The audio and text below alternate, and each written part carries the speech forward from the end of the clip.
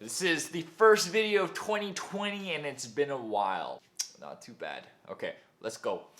So this time around I was able to go out again to the community, but this time I was with a friend of mine named Kristen, who's actually working with me inside of my youth ministry as one of the teachers. We started the day pretty much like we started the last time. We were walking around Jaden Finch Mall and getting rejected by pretty much everyone. We couldn't really find anyone to talk to for the first 15 minutes.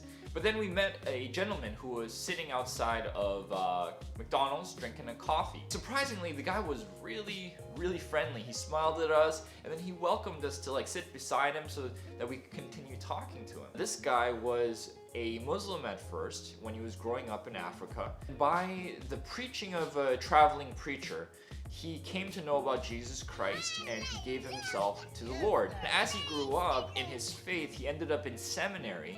And in seminary, he started to really find a calling to unreached people. Ultimately, what ended up happening was he decided that he would go out to nations with inside of the 1040 window, where you would have the least amount of economic stability as well as the least amount of Christians and opportunity for people to hear about the gospel. He whipped out his phone and he started showing us on like Facebook the pictures that he took of himself like preaching out inside of Pakistan. And he told Kristen and I how to reach out to Muslims in a culturally appropriate way, in a way that won't like bring the ire of the public against him. And so it was really informative and I was really encouraged by all the things that he was talking about. So I told the brother, like, thank you so much for sharing your story with us. I would love to bless you a little bit more in your ministry.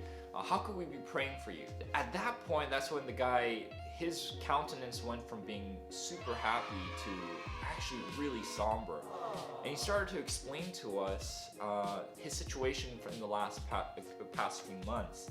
Apparently, he would go in and out of Canada. He would work in Canada to raise money so that he would go out again to preach in the 1040 window. And he told us about how in the last time he came into Canada, he had met this woman and that he had somehow gotten involved with her and married her. As he was living with this woman, it started actually to get really hard for him to go out and preach and to even attend a church, because whenever he would go out to church, for some reason she would be very untrusting of him and think that he would be like cheating behind her back or something like that. He was telling us, he's just confessing how he was asking God why God was pulling him through this dark night of the soul without any sort of reprieve in sight. And he even confessed like he was looking out to find another woman who would understand the mission that he was given, the importance of the mission that he was given, who he could actually do ministry with. Obviously, this was not a good time for me to talk about like the ethics of divorce and remarriage and anything like that. What I took this as was an opportunity for Kristen and I to share with him his pain and to pray for him and tell him that God hadn't forgotten him. Holding hands, right outside of that McDonald's, we started to pray and we really cried out to God, asking him for his wisdom and his compassion on this man. After the prayer was finished, he thanked us and we thanked him for sharing and we departed ways, but it really got me thinking about the importance of marrying the right person. Now, this brother's story reminded me of the tale of Samson, who was a mighty judge and hero in the Old Testament, given a powerful mission by God and also given powerful abilities as well. Actually, he was like literally like a Superman, a superhuman. He could like tear people apart with his bare hands. But it didn't matter how powerful his mission was, and it didn't matter how powerful his abilities were, because as he shared his life with a woman named Delilah, a person who didn't understand his position, who didn't worship his God Yahweh, how that became his downfall as she basically sold him to his enemies. This brother also given an incredible mission, and he was also given an incredible ability to preach effectively to Muslims. His downfall came as he started to share his life with a person who didn't understand his mission, who didn't worship his God.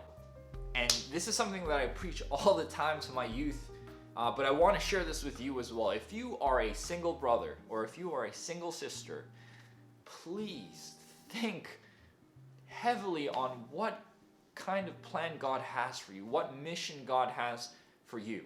actively seek someone who could complement you and complement you in the mission that God has given you. Now, I don't say that to shame like believers who have decided to yoke themselves to unbelievers. I don't think that the right way to address that is to start rejecting that couple. I think the best way for us believers to approach that situation is to surround that believer who has married an unbeliever, to surround their spouse as well, and help this believer reach out to this spouse and bring them into the family of Christ. But definitely before you get there, before you get to that position, put your eyes on people who are going to complement you, who also already believe in Jesus Christ. I've had the pleasure of marrying a woman who understands the mission that God has given me.